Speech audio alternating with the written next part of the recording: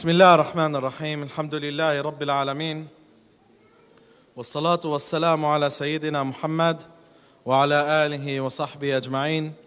اللهم أرنا الحق حقا وارزقنا اتباعه وأرنا الباطل باطلا وارزقنا اجتنابه. علمنا ما ينفعنا وانفعنا بما علمتنا وزدنا علما. أخرجنا من ظلمات الوهم واكرمنا بنور الفهم وأنم علينا يا عظيم. رب اشرح لي صدري ويسر لي أمري واحلل عقدة من لساني يفقه قولي. أما بعد. All praise be to Allah subhanahu wa ta'ala, and peace be upon his beloved Prophet Muhammad sallallahu alayhi wa sallam. I testify that there is no God except Allah Almighty, and I testify that Muhammad is the Prophet and the Messenger of Allah.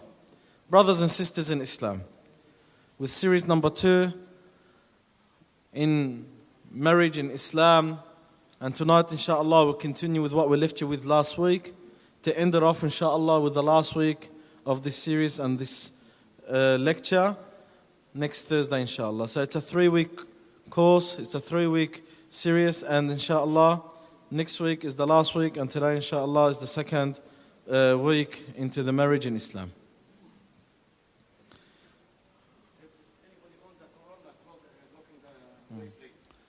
Now, Ikhwan, we just mentioned about the car, so again, please remove your cars. Okay, the car, Corolla blocking someone at the back. And it's very annoying. And what's more annoying is these lectures go up on the website, and you know, some people, what's the Sheikh talking about? You know, cars, my cars. Yeah, wallah, the Sheikh is a car dealer. Alhamdulillah. You know, once Corolla, the other time BMW. Alhamdulillah. Khair, inshallah. Next time we'll give a lesson about cars. Khair. Last week we spoke about an introduction into marriage. We spoke about how Islam encourages for marriage. We spoke about choosing your spouse and your partner. We spoke about who's the best of women and who are the best of men. Inshallah tonight, inshallah, we'll get into more detailed matters. Islam is a religion that was sent to all prophets and messengers. So Islam is the general religion that was sent to everyone. But every prophet came with a tashri'. Tashri' is the legislation. Tashri' is the law. Halal, haram, the way you pray, when you pray, how you pray, these are the tashri'. But all prophets and messengers came with one religion called Islam, which is believing in one Lord, that's Allah Azza wa Jal, believing in the angels, believing in the prophets, believing in the day of judgment, believing in the hellfire, believing in the paradise. But every prophet had his own legislation, tashri'. One prophet was haram for him to do this, another prophet was halal for him to do that. One prophet's tashri' was to pray 5 daily prayers, the other prophet's tashri' was to pray 2 times a day. One prophet's tashri', this is how you perform hajj, the other one's prophet's tashri' did not have hajj. So the legislation. Now Nabi sallallahu alayhi wa sallam, a lot of his tashri', a lot of the legislation and the tashri' of the Prophet Muhammad sallallahu alayhi wa sallam was based on the customs of the Arab. So a lot of things that the Prophet Muhammad sallallahu alayhi wa sallam, when he was sent as a prophet and a messenger, there were a lot of customs among the Arab that the Prophet Muhammad sallallahu alayhi wa sallam accepted to be part of the tashri' of Islam. Like for example, the hajj. This tawaf around the Kaaba, the sa'i, before the Prophet ﷺ was sent to people, that was existing at the time of the non-believers, and they were kuffar and the polytheists. But this actual action, Nabi ﷺ said, well, this is part of Islam now. Although it used to be in before Islam, but that part is accepted part of Islam.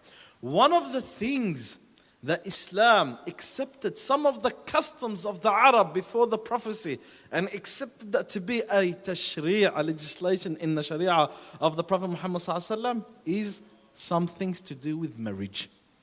Okay? Now there are 2 steps that the Arab used to do when they used to get married. We're talking about before the Prophet ﷺ, or before the prophecy of the Prophet ﷺ. When an Arab wanted to ask a girl's hand, or when an Arab wanted to get married, they used to go and get engaged.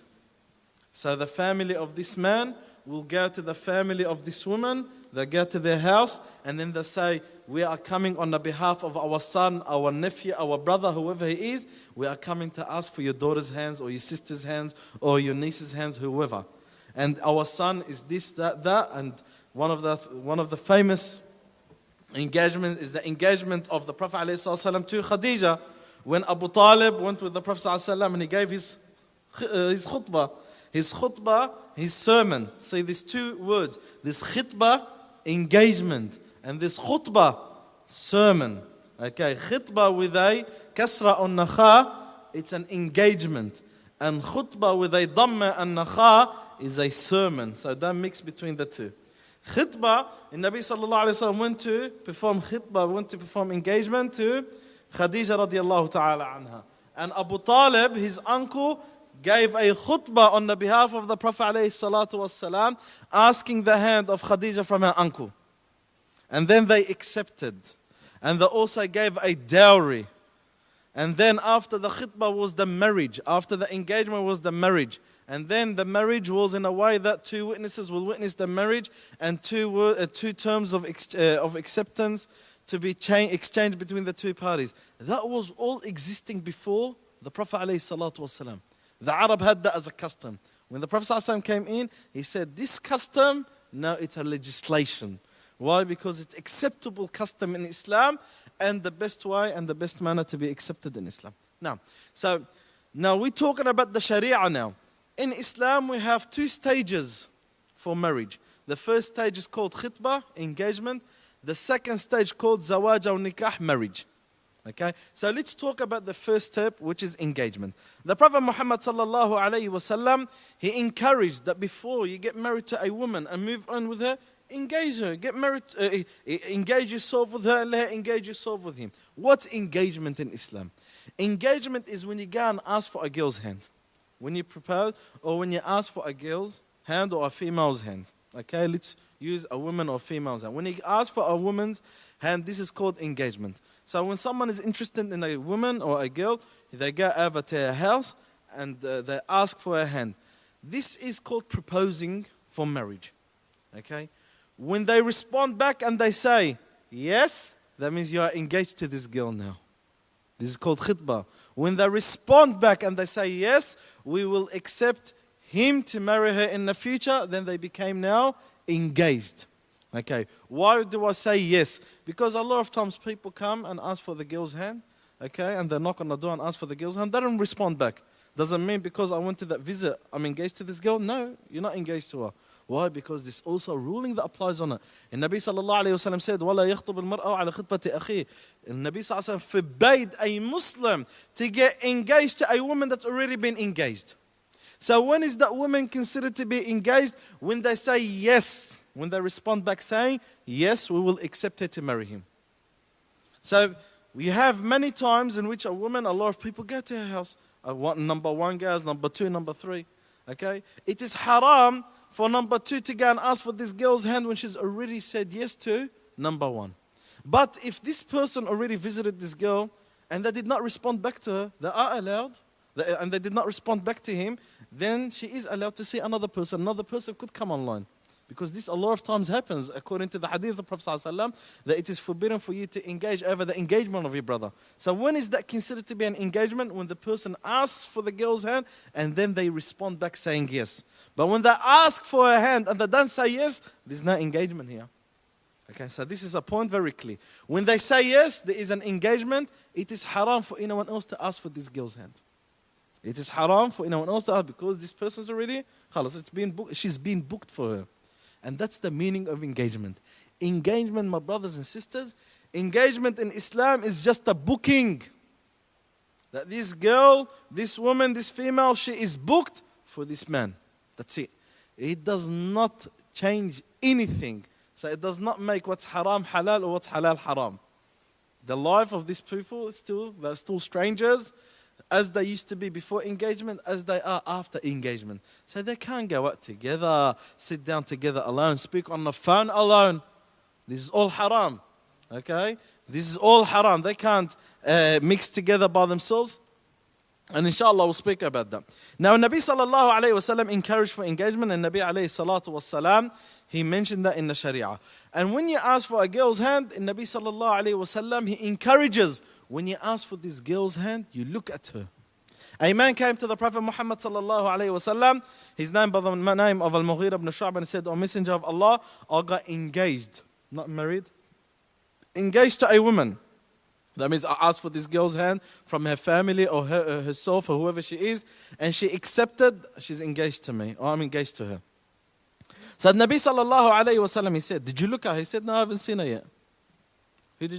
How did you get engaged to her? Through her father, her brother. He told me about her. She's a righteous woman. She's young. She's that. So he said, I accepted. Nabi sallallahu alayhi wa sallam said, no. انظر إليها فإنه أحرى أن يؤدم بينكما. Go and look at her. Before you say yes, and before she says yes about you, go and look at her. You want to know who you're getting married to? You go and see her face. Maybe there is something that you would dislike in her face that will turn you away from her marriage. After you already said yes. And the Nabi sallallahu alayhi wa sallam, he wants the marriage to be based on solid grounds, not getting married the next day, divorce. Or after 1 year or 2 years. Nabi sallallahu alayhi wa sallam wants this marriage to stay. And that's why, ikhwani, Allah Azza wa Jalla describes the contract of marriage what? Mithaqan ghalidha. A firm contract. It's a firm contract. It's not like an easy contract. It's a tough, strong, firm and confirmed contract. Mithaqan ghalidha. That's why the sunnah is that when you ask for a girl's hand, you go into the house. Of course, you knock on the door through the family, whoever you saw, your mother, your father, your cousins.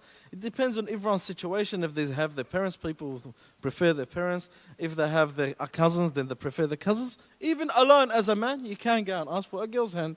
As a male, as a Muslim man, I don't have to bring along my parents. But of course, out of respect, out of the customs that we live in, it's always recommended that you have your parents with you when you go and ask for any girl's hand. And of course, this is a very important matter that we always talk about. Come through the door, not the window.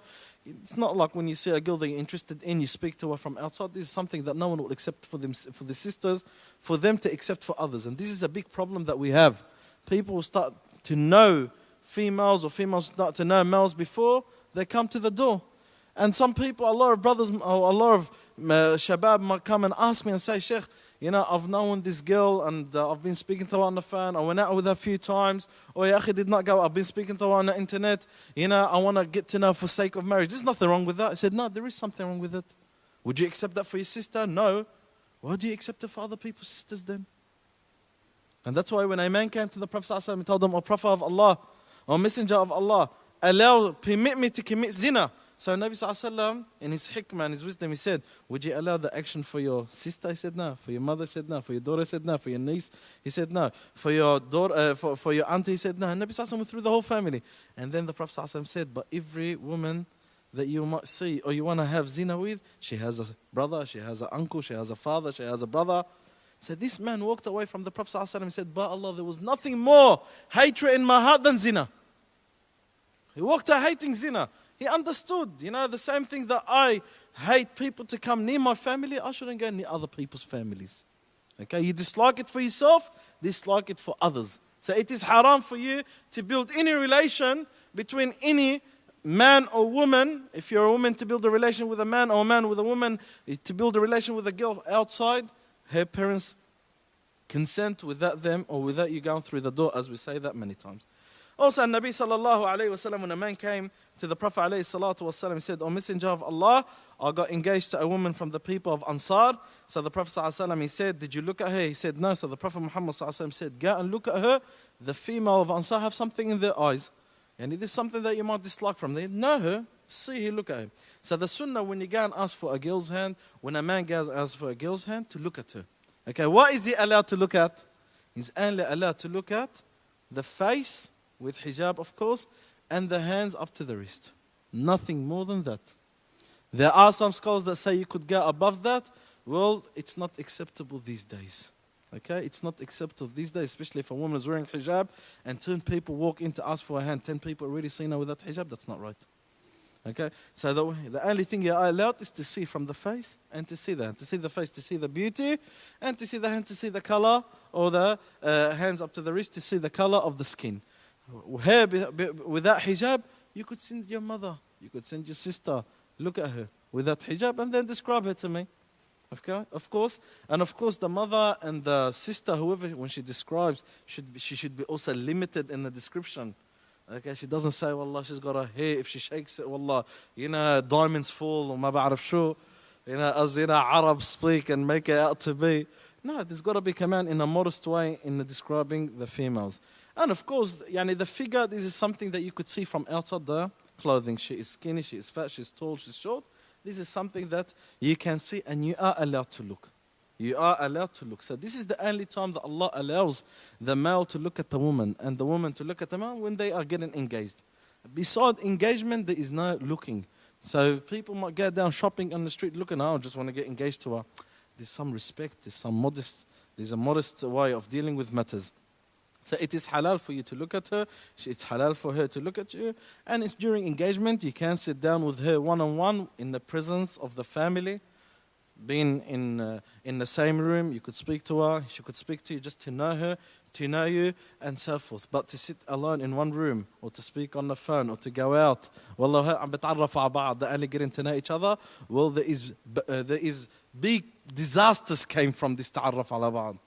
Okay, Shaitan, he works in between people. Shaitan works between how many people went through this, and this woman that's supposed to be not married, she lost. Or she is like married because she went out with this guy thinking that they want to introduce themselves, and she didn't tell her parents what happened in the haram, so forth. And people just think that's an easy way. I don't want to get into details, but you understand where I'm coming from. It's something that you have to be very cautious in dealing with these matters. Now, so engagement is just booking. It doesn't make any changes. It does not make what's haram halal, what's halal haram. Okay, engagement, this girl was booked for me and no one could come and touch this girl or go near this girl. Like, for example, when I want to go and see the dentist, I book on the 10th of November, 1 p.m. to 2 p.m. I book this date for me, this time for me to see the dentist. That means this booking from 1 p.m. to 2 p.m. on the 10th of November, it belongs to me, no one else. But it doesn't mean I already went to the dentist, doesn't mean the dentist charges me. I haven't been there yet. Same thing, engagement is a booking. You book this woman for you, and no one could go and need this woman or take this woman only by your consent or your permission. As the Prophet Muhammad sallallahu alayhi wasallam, said that it is haram for a Muslim to go and get engaged to a woman that's already been engaged by another Muslim. It is a haram and it is a sin. It is haram and it is a sin. Of course, only if he gives consent. So, for example, Brother Muhammad went and asked for Sister Fatima's hand, and then Brother Ahmad wants to ask for the same sister, and went up to Brother Muhammad, look, brother, I think this sister kaza, and they saw her out, and he said, look, brother, I give you permission, then it's okay. But to go from behind his back and ask for the girl's hand, this is not accepted. Now, the Prophet Muhammad sallallahu alayhi wasallam, as he alayhi salatu wasalam, looks into the best of the ties between the families. In Nabi alayhi salatu wasalam, when he told that companion to go and look at this woman, he said, "Unzur ilayya fa innahu ahra an yu'dama baynakum." Look at it, it's more better for you to stay together. So the whole concept of engagement is to prepare for this marriage. For people to get into marriage that they don't know their partner, it will lead a lot of the times into problems. And that's why engagement is a period of time in which both study each other. She is suitable for me, I'm suitable for her. She's not suitable for me, I'm not suitable for her. And that's why engagement is very restricted area, a very restricted period. Engagement is a very restricted period in which the haram doesn't become halal, the halal doesn't become haram. You could sit down with her alone, speak to her alone. No, it's just a time you get to know her, ask more about her. She asks more about you. You could sit down with her in the presence of her family, ask more about ask her, she asks you, and so forth. And it gives you also time, through the time, also to think more. Because the first time a man meets a woman meets a man, they become so emotional. They're in the heavens and they khalas. She is a woman coming from the paradise and he's a man coming from the paradise, and their mind stops thinking. Okay, but when you're during the time of engagement, you're a few days, a few months, a few weeks out, you're over that, then you start using your brains. Okay, now I'm start using my brains. Okay, now I'll start thinking properly. Okay, this is good for me, this is suitable for me. And then when you find that she is the best of woman for you and he is the best of man for you, then you take the next step, which is marriage. Okay, and this is where we come to marriage. Taban, of course, as I mentioned, these are the matters in regards of the khitbah, in regards of asking for a girl's hand and proposing for a girl's hand. Now, during, of course, the khitbah, as I mentioned, the khitbah, there is no ruling during the khitbah that changes anything from the nature. What changes things from the nature is marriage. Marriage, now she becomes your wife, you become her husband, and now what was haram before that, now it's halal. Okay, but during the engagement period, there are two strangers. There are two strangers. Now, of course, as an advice to the brothers and the sisters, of course, when you get engaged, as I mentioned, people become so emotional, okay, and they become so emotional that sometimes they don't think properly the way they should be thinking. The emotions take over the intellect, so they become unbalanced in the way they think of things. And that's why I always advise brothers when they go and ask for a sister's hand, okay, and then you get engaged to the sister, you don't have to go every single day to their house. Be reasonable, okay? It's not good for you to go to their house every single day. And it's not good for her to see you every single day. Be reasonable. Be a man of respect and dignity. You go once a week. You know, these people are yet to know you. So don't take, wallah, I got engaged every single day. What happens? We didn't even get married to this man and he's already over our backs. He's every single day in our faces. No, look, you know, someone should have some dignity, some honor, some respect. You know, you go once a week, once every second week. You know, you sit down, slowly take things slowly as it comes. Doesn't have to all at once every single day. And I've advised many brothers that, and they came back and said, you know what, our biggest mistake is we didn't do what you told us. Because it does not look good on your behalf that you're just coming every single day and, you know, like you don't have anything in your life except, you know, you just getting married and that. No, you know, you're a man that you have your wife, you have your work, you have your friends, you have other things in life that you also need to show your other partner that, you know, this is also part of my life. And that's why a lot of people, when they get into marriage, then after they marry and then after the emotions are away and that, when they want to go and start dealing with their other life, with the other things in their life, the wife says, where are you going? You know, you didn't tell me this part of your life. You didn't tell me, well, you're going to the mosque. You didn't tell me, stay there. No, but this is it. But you taught her from the beginning this. When you first come in, always remember, first impression is what stays last. First impression. So you're a man, show your dignity, show your honor. That, you know, you go once a week, every second week, or at least once a week, but don't go to every single day. This doesn't show dignity on your side, doesn't show respect from your side. It even lowers your status as a man. Okay, a man has got to have some respect, has got to have some honor, has got to have some dignity. That, you know, I've got other things in life too that I deal with. This is understand, it's got to go and it's got to be understood by the wife too. And also, this understand, it's got to be understood by the husband. So this is a very important advice that I think I really advise and emphasize on for the brothers to understand. La samahallah, as la samahallah means, inshallah, if it doesn't happen, someone got engaged to someone and it didn't work out, then simple as you go your way, I go my way, finished. You don't have to go through any certain procedure because there's nothing there, it's just a booking. Okay, that booking can be cancelled and everyone goes their way. Okay, everyone goes their way. So if the man is not interested in women, all he's got to send the news, inshallah, may Allah send us someone better than me. And everyone goes their way. And she says, look, I don't think he's the best of people. And everyone goes their way. Everyone goes their way. So there's no procedure that you need to go through the sheikh and all these things, no. And also, when a lot of times during the khitbah, especially if it goes for long, a lot of gifts are exchanged by the two sides. You are allowed to give a gift to your fiancé is allowed to give a gift to you. Okay, those gifts during the khutbah, if the khutbahs break, then a lot of the scholars say those gifts should be returned back to each side. Okay, a lot of the scholars say those gifts should be returned back to you. So whatever you gave her, she takes. Whatever you gave her, she brings back to you. And whatever she gave you, you give back to her. Some scholars say it's a gift and everyone goes their way. But a lot of the scholars these days, as best for everyone, just everyone take what you give to each other and go. Okay, if wallah, I also brought 2 kilos of sweets, I want that back, $25. No, you don't have to go to that low. You know, be reasonable. Okay, wallah, I took him out for a restaurant, I want that money. Wallah, once I had someone, he charged them even for the cup of water he gave him. No, you know, you have to be reasonable. What's been consumed, it doesn't come back. You know, this is your side.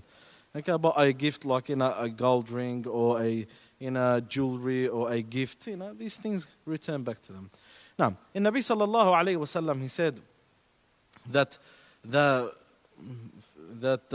virgin female that the virgin female, because in Islam, the ruling of Islam, the Sharia, differs between a virgin female and a non-virgin female. A virgin female is a woman that's never been married before, and a non-virgin female is what we call thayyib, a woman that's been married before and she got divorced. Of course, when a woman gets divorced, she's not allowed to get married or anyone asks for her hand until her iddah is over. So engagement for a woman that's been previously married, you can't ask for her hand until her iddah is over. And inshallah we'll go through that. Now, for Nabi sallallahu alayhi wa sallam, he said that لا تنكح الثيب حتى تستأمر ولا تنكح البكر. And Nabi sallallahu alayhi wa sallam said that the thayyib, okay, the non-virgin woman, she does not get married, or no one could force her to marry until she gives permission. So the father can't come to his daughter and say, listen, I want you to get, no, she gives permission. Say yes, yes. She says yes, it's yes. She says no, it's no. But the virgin female, Nabi sallallahu alayhi wa sallam said, حتى تستأذن. You ask her for her permission. You ask her in a way that she will accept. And then they asked, Messenger of Allah, but the virgin female, she gets embarrassed, when her father comes and asks her, Wallah, what do you think of Ahmad? Of course, she's, if that's her first marriage, she's going to say, Wallah, he's a good guy. No, she's going to be, she's going to be shy. So Nabi Sallallahu Alaihi Wasallam said, and her shyness, if she is shy and she does not say anything, that means yes. Because if she's not going to like him, she's going to say no. And if she likes him and accepts him, she's not going to say yes, she's going to keep quiet. But Nabi Sallallahu Alaihi Wasallam said, her being quiet is acceptance for him getting married, or acceptance to her marriage to this person that has been proposed to her. So this is one of the things that the Prophet Muhammad sallallahu alaihi wasallam taught. Now, this is the first period of khitbah engagement. Engagement is just a booking that she books this man for her and he books this woman for him. And this engagement is just a period of knowing each other with restrictions that does not change what's haram halal or what's halal haram, and it stays to the end. Now, if the fiancé passes away, okay, this is very important. If the fiancé passes away during the engagement period, does she inherit him? No, she's not his wife yet. She passes away during the engagement. Does he inherit her? No, there's no inheritance. So things stay as they were before engagement. Now, when it comes to marriage, marriage is what we call aqd nikah or aqd zawaj. Aqd means a contract, zawaj means marriage contract. Now, this one of the customs that existed at the time of the Prophet Muhammad sallallahu alaihi wasallam is the contract of marriage. How the Prophet Muhammad sallallahu alaihi wasallam dealt with it is exactly how the Arab used to deal with it. And the marriage contract, and this is something that I don't want to go into full details of, because I know many are not really here for this, but inshallah, we're here for the practical side of things, because when it comes to marriage contract, it's always the sheikh that does it. Okay, with marriage contract is zawaj. Now, this marriage contract is what's gonna make this woman become his wife, and what's gonna make this man become her husband. Now, this marriage contract is what's gonna make haram become halal. Before marriage, they weren't allowed to sit down alone. Now they are. Before marriage, they weren't allowed to touch each other. Now they are. So the marriage contract is the defined line. Before marriage contract, she was a stranger on him, he was a stranger on her. There was no responsibilities. And this is another point. Before marriage, during engagement, I'm not responsible to spend on my wife. She's not responsible on any of my responsibilities. There's no rights exchanged on both. Okay? The rights of the husband over the wife and the wife over husband, this only applies after the marriage contract. After the marriage contract. So what's the marriage contract? The marriage contract is in Islam has certain conditions. These conditions in which the Prophet Muhammad ﷺ had at his time during the Arab before the prophecy, and Nabi ﷺ confirmed that in his Sharia and added extras over it. Now this marriage contract needs certain conditions. It needs the two parties, the bride and the groom. Okay, the bride is the female, the groom is the male.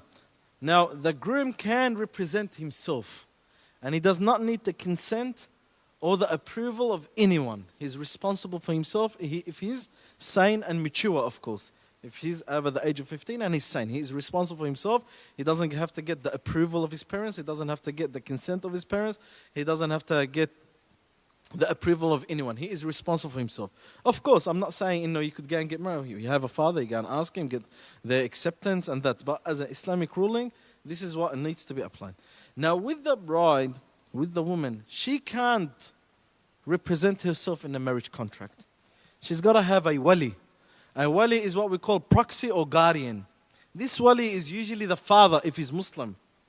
Okay, we're talking about all Muslim. This guardian is the father, if he's Muslim, or the mother, or Afwan is the father if he's Muslim, or the uncle if he's Muslim, or the brother if he's Muslim, or the grandfather if he's Muslim. So it goes to the male members, the father, the grandfather, the uncle, the son of the uncle's son, or the brother, They are the male side of hers, in which they must be all Muslims. They must be all Muslims. If she is Muslim and the father is non-Muslim, then straight away the guardianship goes straight to the sheikh, which we call the judge, the qadi. Usually there's a Muslim judge who's responsible for all Muslim affairs. It goes straight to him, regardless, even if a brother is Muslim. Okay, so if the father is non-Muslim, then for this Muslim female, her wali is the Muslim judge. In a state where there's no Muslim judge, then it's the sheikh. The sheikh represents her in the marriage contract. So if this Muslim woman, okay, she can't represent herself in a marriage contract, there's got to be a wali. That wali must be the father's not there. The grandfather's not there. The uncle's not there. His son is not there. The brother. Okay, how about her mother's side? Khal, her uncle from her mother's side, and her grandfather from mother's side. They're not counted in this. It's her father's side because they are responsible. He's coming into their family. He's taken her from her father's family, not from his mother's family. That's how the Sharia looks at it. Now, a woman, as I mentioned, she can't proceed with a marriage contract alone on herself. She can't proceed with a marriage contract alone on herself. She's got to have the guardian. Okay? When there's a woman, she can't accept the marriage of anyone else until also her wali approves. Until her father approves of this marriage. So if there's a Muslim woman that wants to get married to this Muslim man, she can't get married to him until her father approves. Okay? In most cases, the father approves. Other cases, sometimes the father disapproves. What happens here? Okay? A woman is interested in a man. Okay? And this man is a good man. The father disapproves. What happens in this area? In this area, then this case is forwarded to the sheikh or the Muslim judge or the imam. He looks into this case. Allah Azza wa Jal had given the Muslim judge an authority over the father. If the father doesn't have a good reason why he's stopping his daughter to get married to this man, then the imam will force the marriage of his daughter over this man. So he could. So don't say, Allah, the woman's being mistreated. No, she's being treated fairly. If her father stops her from getting married to this man, she could go up to the sheikh. The sheikh will look into the case. If he doesn't see a reasonable reason why the father is not accepting, then the sheikh will say, look, I can respect you as a father, but I'm going to get him married to him. That's it. But many cases, okay, why Allah Azza wa Jal put the authority or he kept the authority limited for the woman in the hands of the father or in the hands of her uncle or in the hands of the imam? Because women are emotional. And women are living in one world different to the world of men. And you might have any man come in and ask for her hand and she'll be deceived because she doesn't know who men are. But men know each other. Okay, I know who he is. You probably think he is the most pious man. But I know he's just a crook. I know who he is. He's a cheater, he's this, he's that. You don't know, you're a woman, you're in your house. Or you're just around your female friends. How do you know about this man? I know him. Men know each other. As women always say, women's talk, they know each other. Okay, men also know each other. And that's why Allah subhanahu wa ta'ala put the authority in her father, because her father knows what's best for her. This woman, especially if she's young, never been married before, she sees this man acting like a slave to her, and she'll fall into it and say, Wallah, he's the man of my dreams. When in reality, her father knows who this person. And if this woman, okay, if a man comes and asks for this woman's hand, she wants to know about him. How is she going to know about him? Who is she going to ask? She can't know about him. A woman can't know about this man. Who is she going to ask? Okay, but the man knows. He knows who to ask. He'll go up to men and speak to them. He'll go up to the family and speak to them. That's why Allah subhanahu wa ta'ala protected the woman. She's been protected in this way. In a case that her father does not accept her getting married to this certain person because of no reason, then the case is forward. The sheikh will look into the case or the imam will look into the case. Okay, what's your reason for you not allowing your daughter to get married to this person? If he's got a valid reason, well, or Imam, or Sheikh, I know this man, he's not religious, he doesn't pray, I know his background, this, that, then the Sheikh will say, look, I agree with you, sorry, you can't get married to him. But if he's going to come and say as many times, because he prays, I don't want him to come, I don't want my daughter to get married to someone who prays. I've seen that. Oh, because wallah, he comes to the mosque, I don't want him to come. He's got a beard, I don't want to. Wallah, akhi, okay, your daughter is going to get married to him. Okay, of course, there's a hikmah way.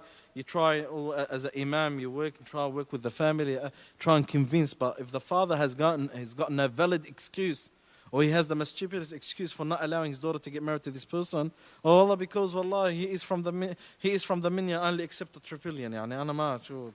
He is from this family. You know, these things Islam doesn't look at.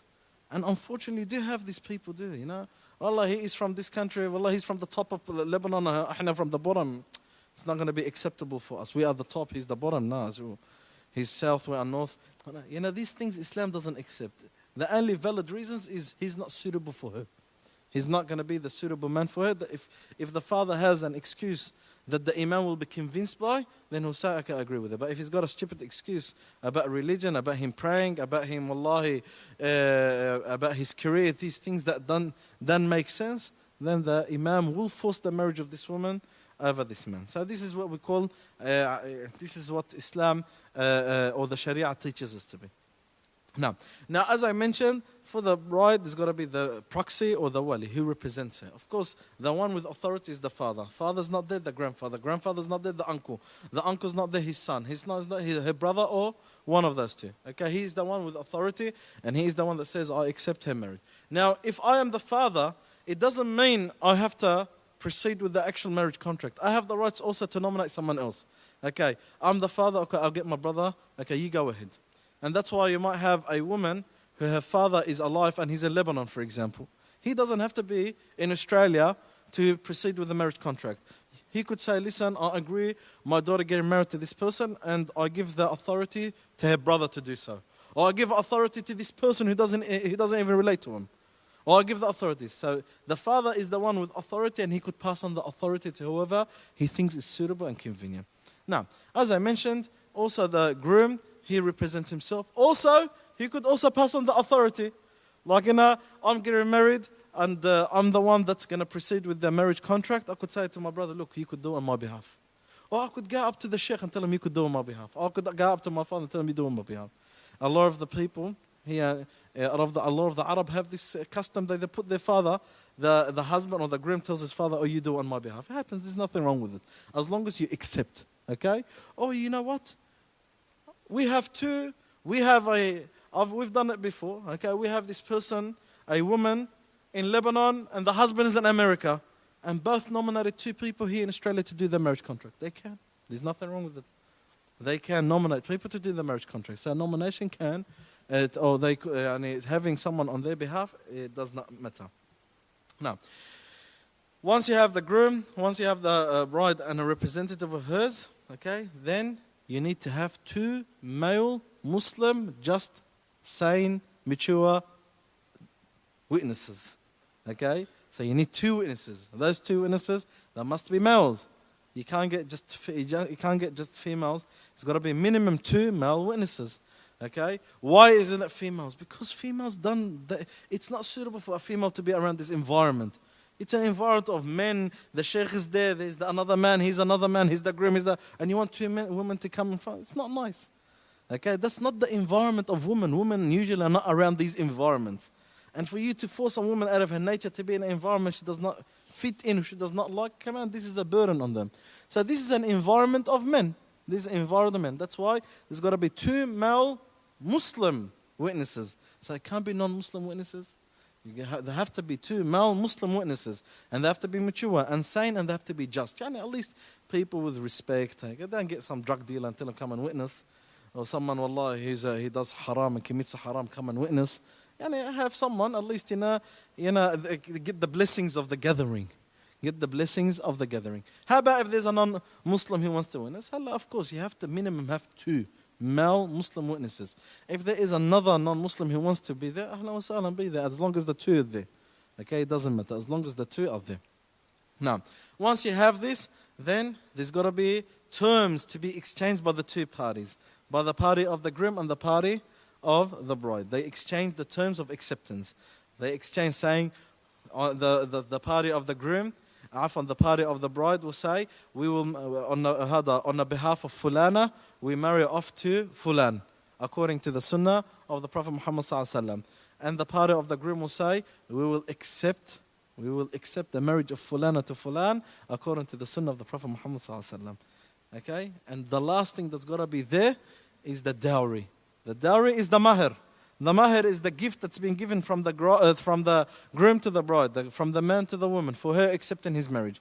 And this is something that the Prophet Muhammad ﷺ had before Islam, and the Prophet ﷺ emphasized on it after Islam. And this mahr can be anything, from $1 to $1 million, of course.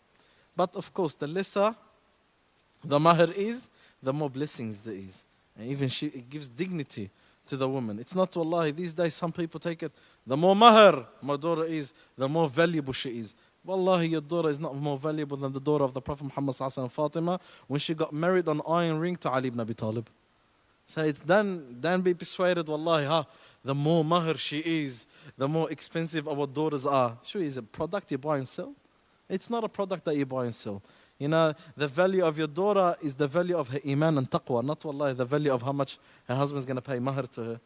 And some people exceed in mahr.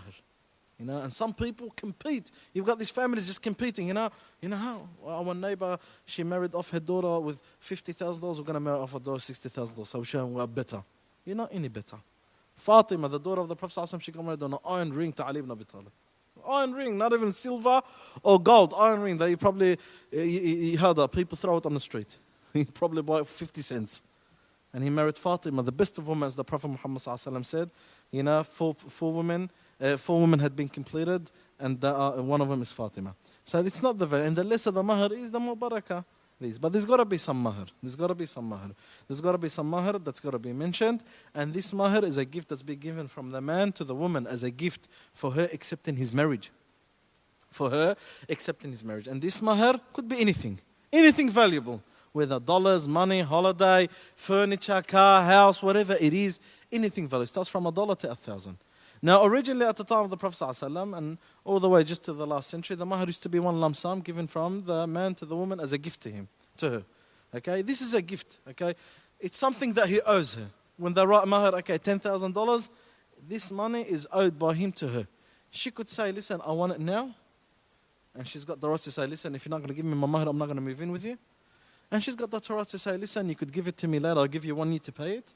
She could say, listen, pay it to me $100 a month. She could say, listen, forget about it, I'll forgive you for it. Khalas, it's forgotten. Okay? So it's something like how when someone takes $1,000 from you and they owe you that $1,000, it's your $1,000. You could do whatever you want.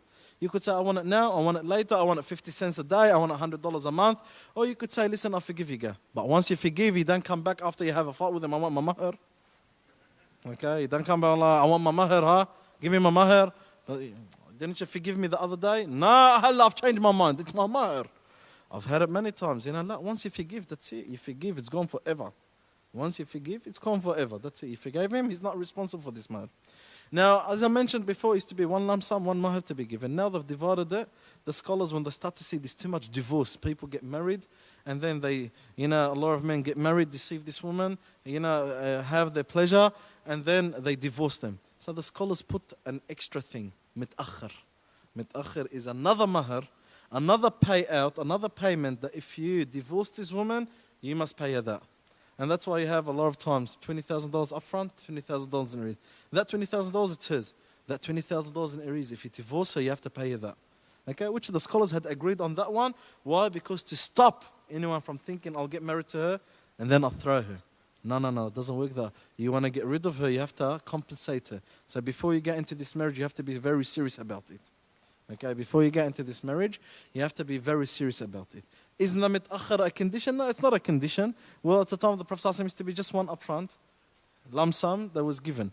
But now, as the scholars, as I mentioned, because of too much divorce, the mitakhir is putting that restriction from people just, using their desires as a way of pleasing themselves with other people's daughters, other people's dignity and honor. Now, so this is in regards of the mahr. So the mahr is a very important The mahar is a very important aspect in the marriage. And the two witnesses and the two parties and the wali. No marriage with no wali. As the Prophet Muhammad said, La nikaha illa biwali. And he also said, any woman that gets married without the permission of her wali, her proxy, her marriage is not accepted. Her marriage is not accepted. So no woman could go behind her father's back and get married to this man, or get married to this one and say, Wallah, there was two male witnesses. It doesn't work this way. Okay, you have to get the approval of a father. The father must approve of it. If the father doesn't approve of it, this marriage is not correct. And that's why these days in the Arab world, in the Muslim world, there's marriage called marriage urfi, custom marriage, in which a woman will get to know this man through university or through, riding together every morning on the bus, and then they go get two friends of them who are lost like them, and they sit down and say, Wallah, exchange, accept marriage. Yeah, khalas. They married khalas behind the back. The father doesn't know about it. We married about Allah and the Quran and Sunnah, we're married. We're not committing haram. No, you are committing haram. This marriage is not accepted. Where's the approval of your father? Where's the approval of your father? And that's why Imam Malik goes one step ahead. To him, the two witnesses is not as important to him as when the marriage to be announced. That after you get married to announce, Ya ikhwan, I got married. So when people see you walking with a woman on the street, don't say, hey, what's this guy doing? Is that his girlfriend? No. Well, who's this woman with him? So when people know, Wallah, this person got married last week, when they didn't know you're not married, when they knew about you that you're not married, and now you are, at least when you walk and people see you with another woman, that don't have doubts in you. And Nabi Sallallahu Alaihi Wasallam was once speaking to his wife Safiya, and two companions walked past, and the Nabi Alayhi Salatu Wasalam, he left his wife and went up to him and said, I was speaking to my wife. He said, oh, Messenger of Allah, what are you trying to tell us? We had doubts in you. And Nabi Sallallahu Alaihi Wasallam said, Shaitan flows in one of you the way blood flows in one of you. Nabi wanted to clear himself. So it's important. That's why the other thing that you do after you do your marriage is announce. Ya ikhwan, I got married. How do we do that? You get up on the microphone, Ya ikhwan, I got married. No one's going to do that. How do you do this? And Nabi Sallallahu Alaihi Wasallam taught us another thing, something called walima. Walima is when you get married, you invite people over some food, you invite people over some sweets, whatever, for the intention of informing these people they're married. So you call people, Akhi, inshallah, I would like to invite you on Friday night to my walima, alhamdulillah, I got married. And the sunnah is that the Prophet Muhammad Sallallahu Alaihi Wasallam used to perform walima 3 days after he used to move in with his wife. Now, back then, marriage, moving in all on one day. These days, people have khutbah, then they do the katb kitab. And after katb kitab, that's it, the husband and wife. Then after the katb kitab, a few months or few heka, they move in. Okay, inshallah, we'll talk about the different rulings in that. But once katb kitab is done, that's it. Husband and wife, that's it. It's done. Everyone, the husband has right to have his wife, the wife has right to have her husband, and they're both married now. But as a respect, if you haven't moved in with her, respect her roof that she's under, her parents and that. Don't say, Wallahi, she's my wife. I take her whenever I want. I drop her off at 1 or 2 o'clock. Who cares, she's my wife. Ya akhi, come on, you have to respect her parents too. Some people think this way. No, you have to have some respect too. I had some brothers saying, man, she's my wife and her father doesn't let me. He'll take her till 1 o'clock at night. Ya akhi, sure, of course he doesn't let you because you've got no respect in you. Respect her father too. You should bring her at 1 o'clock at night. Even you don't get picked up, but you have to have some respect too. You have to deal with others with some respect. So of course, كمان واحد has got to have some hikmah, some respect in the way he deals with things. Not خلاص, that's it, she's mine and that's it, walk away. Man, her he took care of her 20 years and 30 years. You want to take it from him in 1 day and night? There's sometimes people have to, as a male, as a husband or as a man, I have to come and think with hikmah.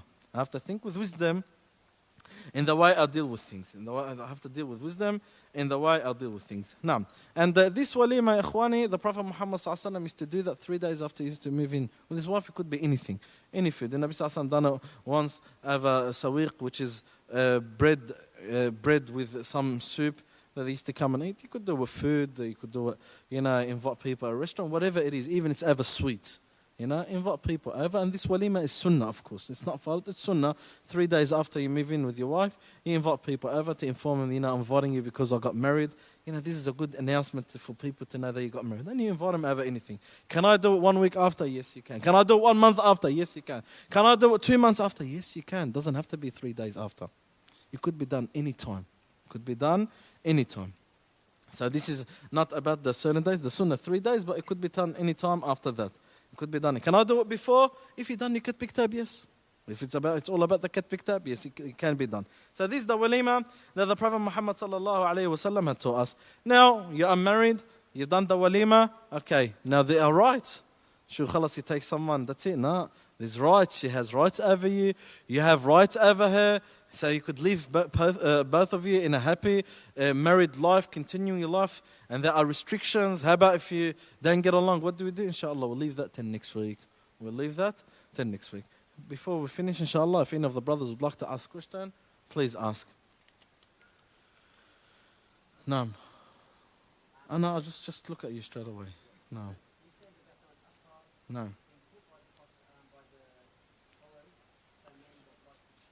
Yeah, no.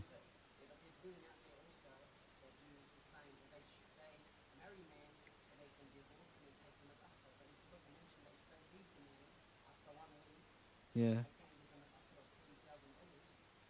No, I did not forget to mention. I'm planning to mention next week. Okay, when we come to khula'. Okay? That I did not forget. I left that to khula', inshallah, next week. No, next week. Okay, mahar, is that something that the groom give or something that the bride asks for? Okay? Mahar, something can be that's used by the groom or solely for the bride. We mentioned that. Okay, these are questions sisters asked. We mentioned that.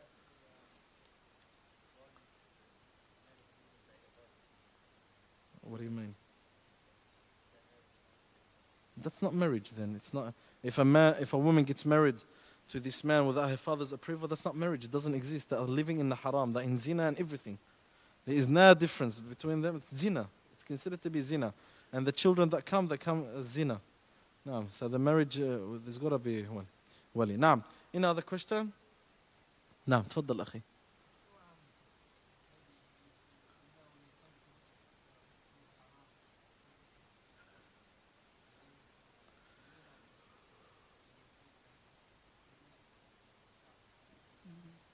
هلا يعني someone met this girl in a haram base, spoken to her behind her parents and all these things, and then they wanted to get married to her. خلاص, as long as the marriage is done the wrong way, even they done haram together and they want to repent, inshallah Allah forgives, as long as they repent. And part of repentance is to do the marriage contract. Wallah, and it's how many times I get a sister coming and she's pregnant with her boyfriend, they want to do get picked up. It happens. Unfortunately, it does happen. And we're not happy about this and we're very sad. But this is lack of iman. No.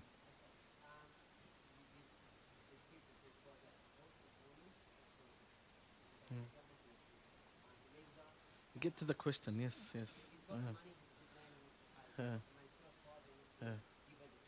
No. Yes. No. Okay. Okay.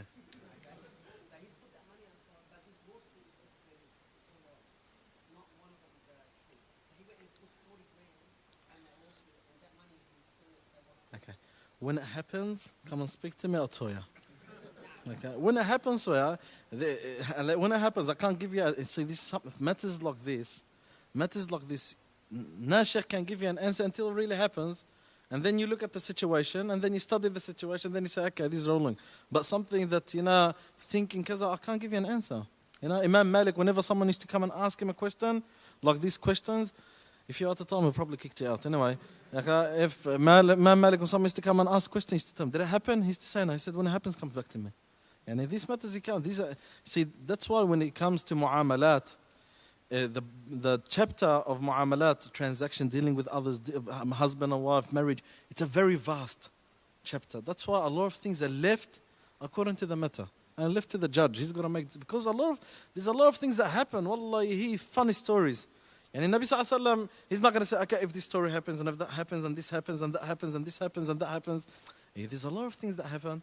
So it's left to the judge. Now, any other question? Tfaddal.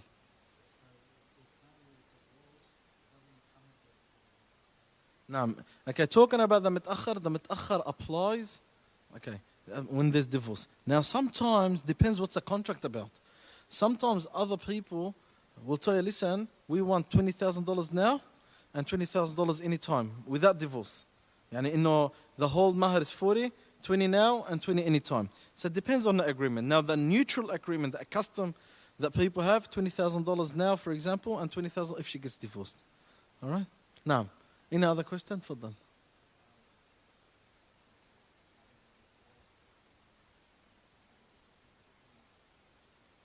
Okay, leave divorce till next week because I'm going to talk about divorce next week. So this is something I'll leave it. So we don't get into details of it. No.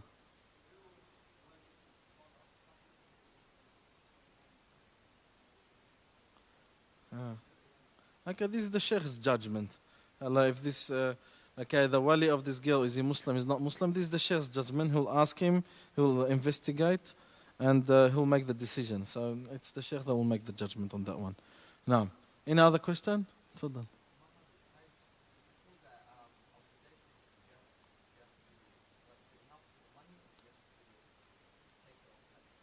And it depends on what you agree on.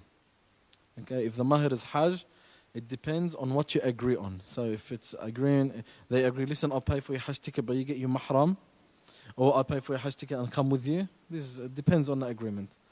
Any other question? Any other brothers would like to ask questions? Okay, Jazakumullah khair. May Allah reward you all.